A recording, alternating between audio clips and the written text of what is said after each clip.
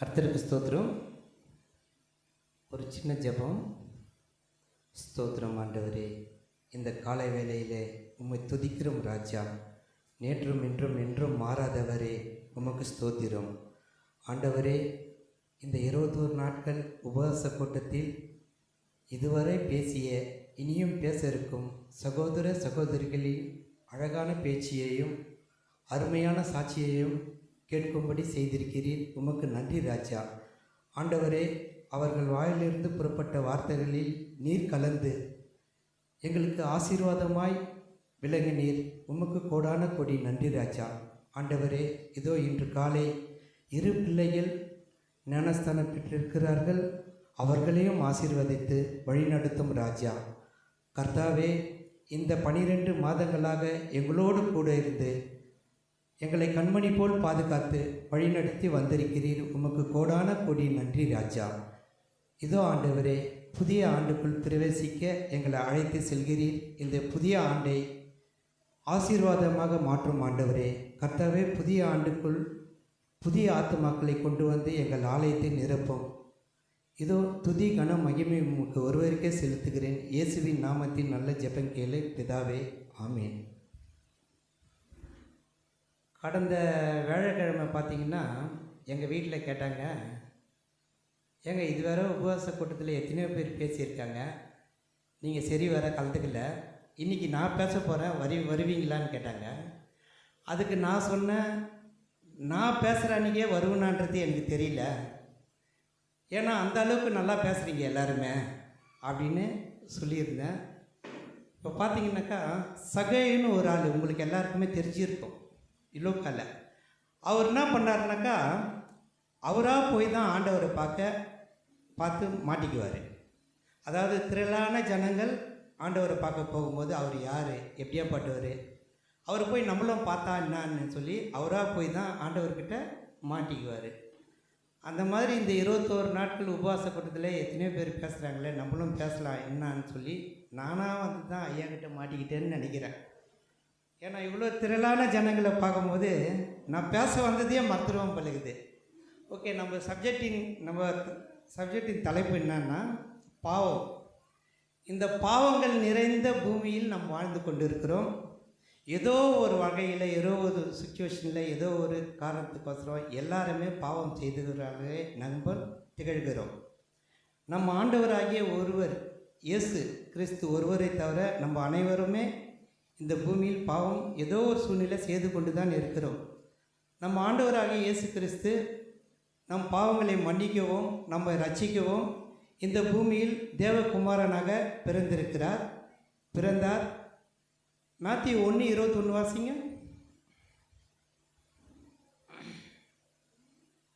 21. Yes yes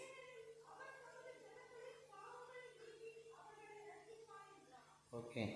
இப்போ பார்த்தீங்கன்னா அவருக்கு அந்த அதிகாரம் கொடுக்கப்பட்டுள்ளது. லூக்கா 5:24 பார்த்தீங்கன்னாக்கா அதில் சொல்லப்பட்டிருக்கும், பூமியில் பாவங்கள் செய்கின்ற மனிதர்களை மன்னிக்கவும் அவர்களை ரட்சிக்கவும் ஆண்டவருக்கு அதிகாரம் உண்டு அப்படின்னு.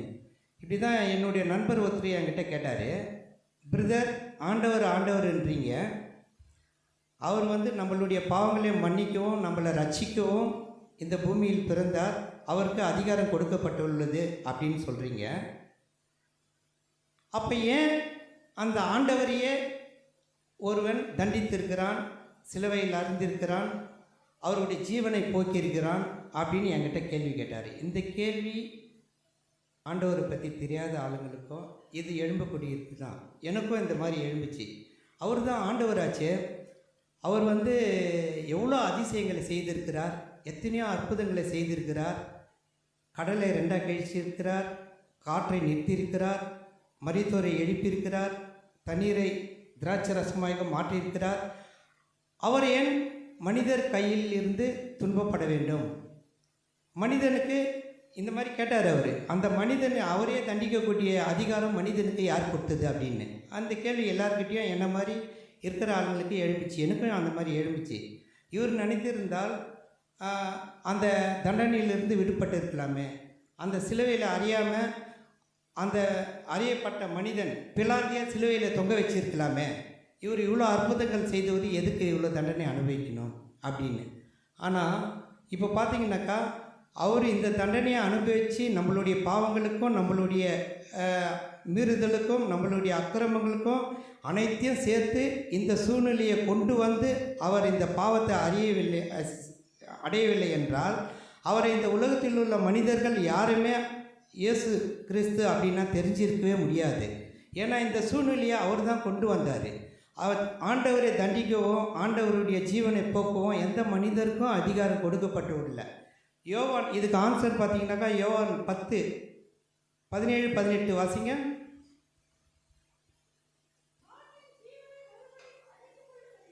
S yes yes yes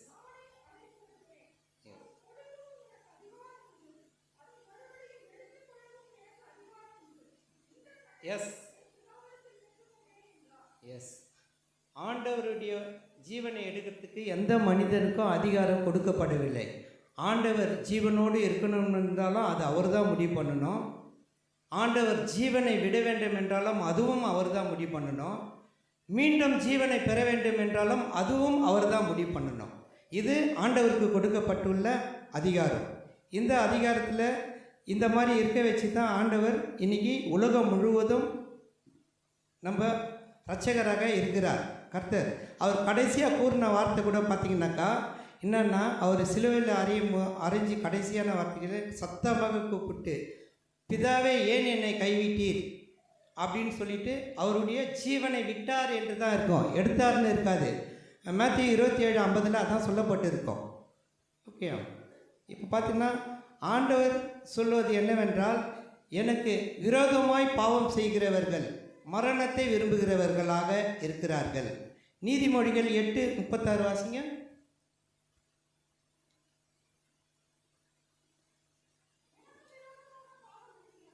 yes yes S இதில் ரோமர் 6:23 சொல்லப்பட்டிருக்கும், பாவத்தின் சம்பளம் மரணம் அப்படின்னு எழுதப்பட்டிருக்கோம். அதனால் பாவம் செய்கிறவர்கள் பார்த்தீங்கன்னாக்கா மரணத்தை நோக்கி போகிறவர்களாக இருக்கிறார்கள். பாவம் என்பது ஒரு பிசாசி, சாத்தான். பாவம் வாசற்படியில் படுத்திருக்குன்னு ஆதியாகமம் 4:7 போட்டிருக்கோம். பாவம் வாசற்படியில் படுத்திருக்குன்னு. அதனால தான் அந்த காலத்துலலாம் பார்த்தீங்கன்னாக்கா தாய்மார்கள்லாம் சகோதரிகளும் எந்திரிச்சு வரும்போது வீட்டை கதவு திறக்கிறதுக்கு முன்னாடி தொடப்ப கட்டிய முறத்தையும் எடுத்துகிட்டு வருவாங்க வெளியில். ஏன்னா வாசலை பெருக்கிறதுக்குன்னு. அதை பார்த்தவொடனே பாவம் வாசற்படியில் படுத்திருக்குன்றது நம்மளை தான் அடிக்க வராங்கன்னு சொல்லிட்டு எந்திரிச்சு ஓடிடுவோம். அந்த மாதிரி அந்த காலத்தில் இருந்தது.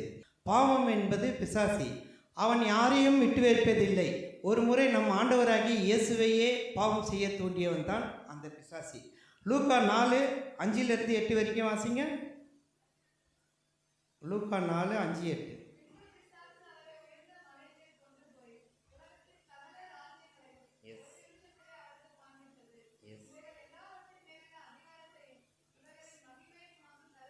Yes. Yes.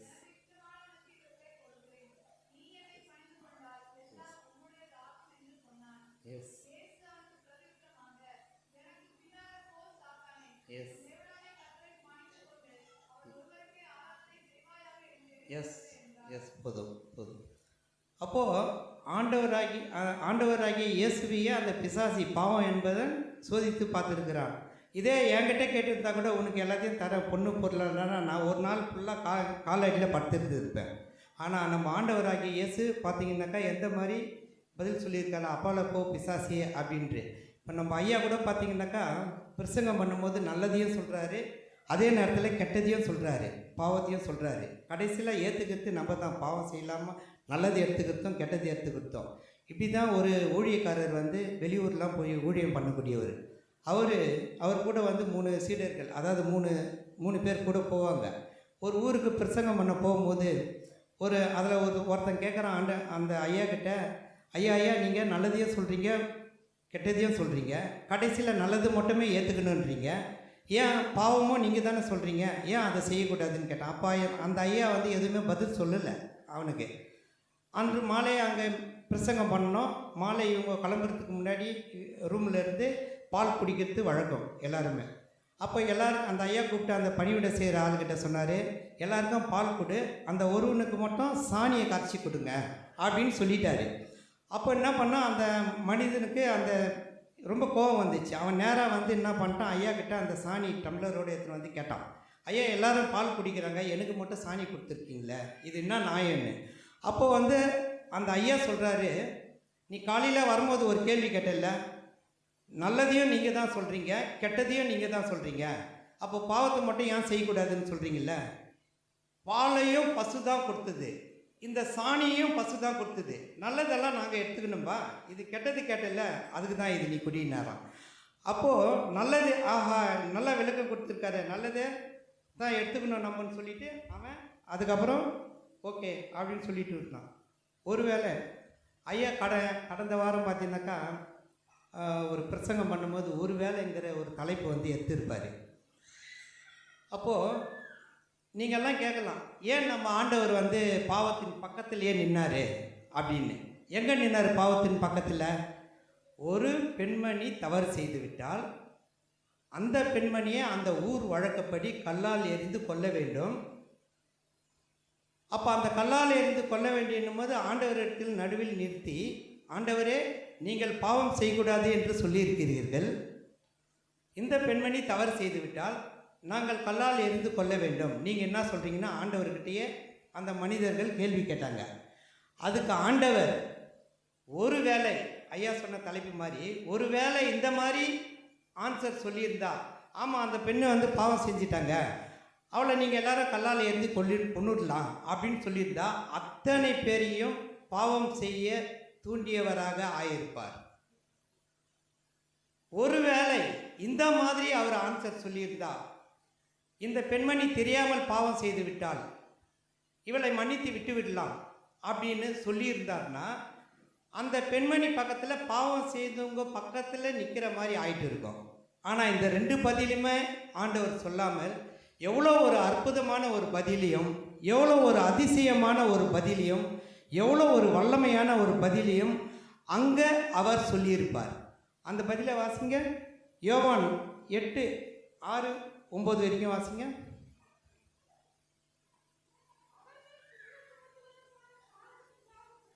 Yes yes yes yes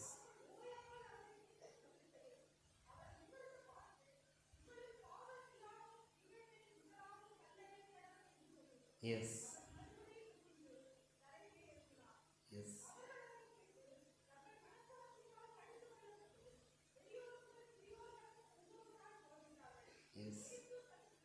yes S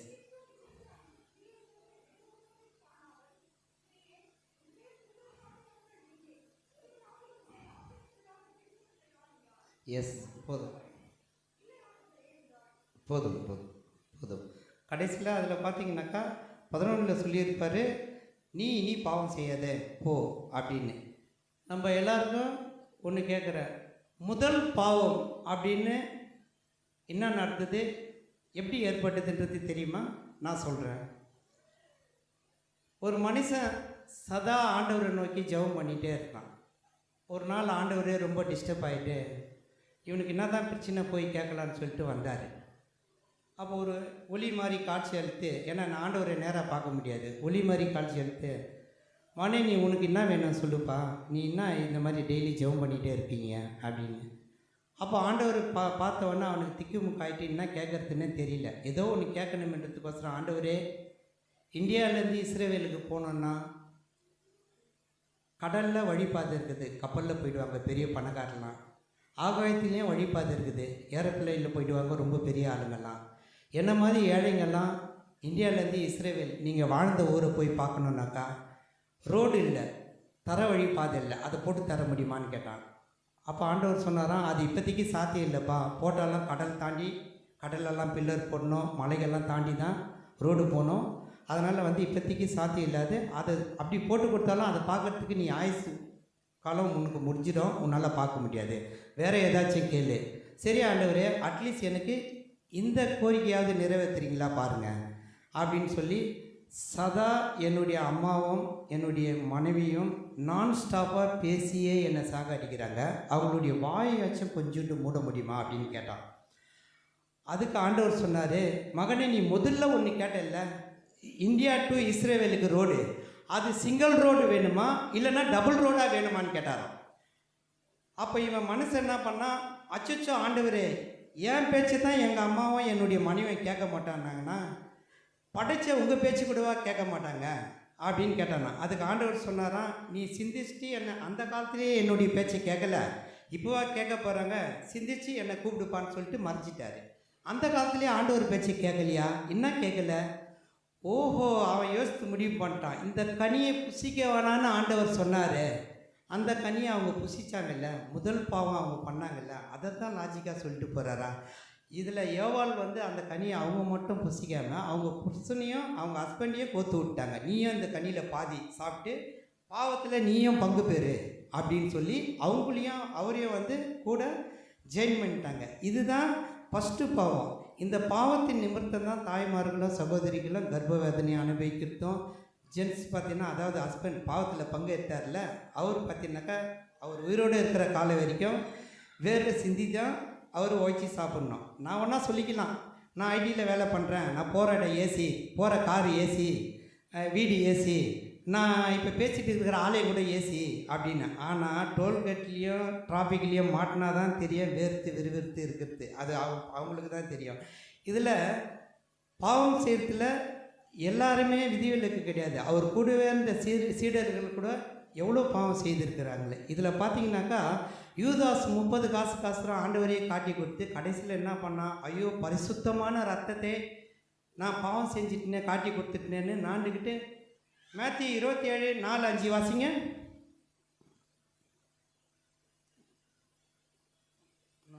அஞ்சு நிமிஷம்.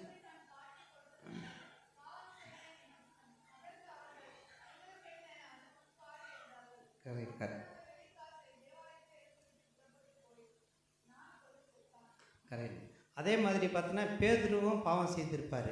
அதிலே பார்த்தீங்கன்னா மேத்யூ 26:75 வாசித்து பாருங்கள். மறுதளித்தவர்.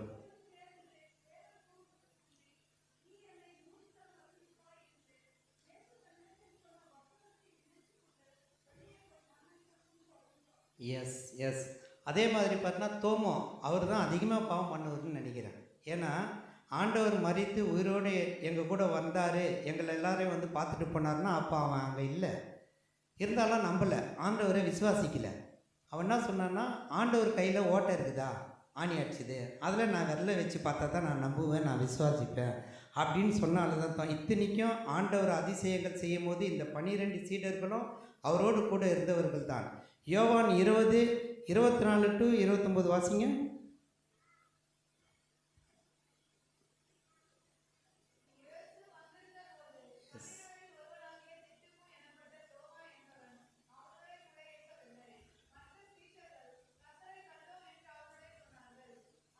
S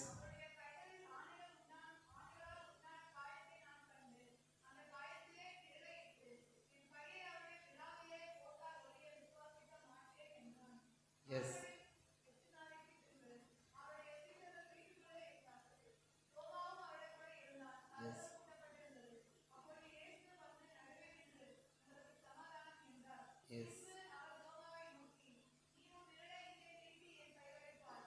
yes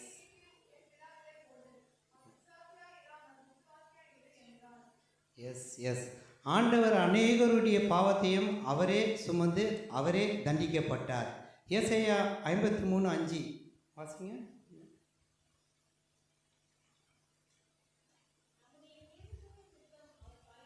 yes yes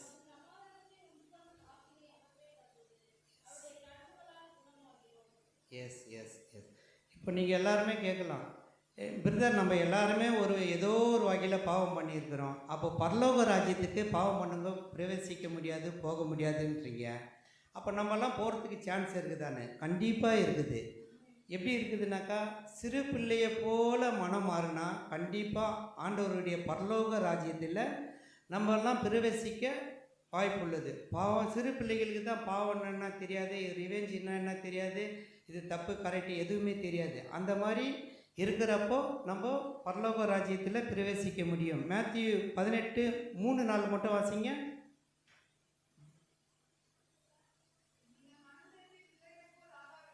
yes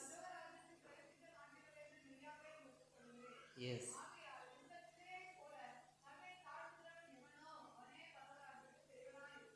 yes. நீங்கள் எல்லாம் கேட்கலாம் என்ன, பிரதர் நீங்கள் இவ்வளோ பேசுகிறீங்க, இவ்வளோ கதை சொன்னீங்க, இவ்வளோ ஆண்டவரை பற்றி பாவத்தை பற்றி எல்லாம் சொல்லியிருக்கீங்க, அப்போ நீங்கள் நல்லவரா கெட்டவரான்னு கேட்குறீங்க. அதுக்கு முன்னாடி இந்த ஒரு வசனம் மட்டும் வாசிங்களா. நீதிமொழிகள் 28:13 வாசிங்க.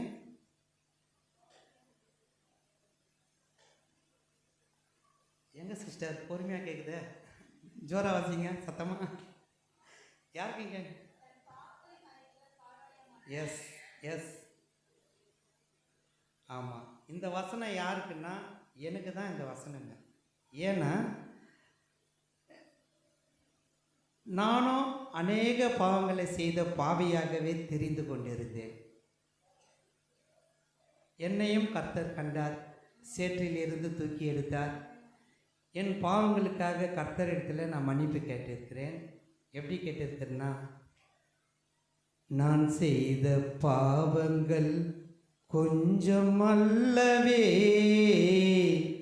நான் செய்த தீமைகள் கொஞ்சம் அல்லவே, நான் செய்த பாவங்கள் கொஞ்சம் அல்லவே, நான் செய்த தீமைகள் கொஞ்சம் அல்லவே.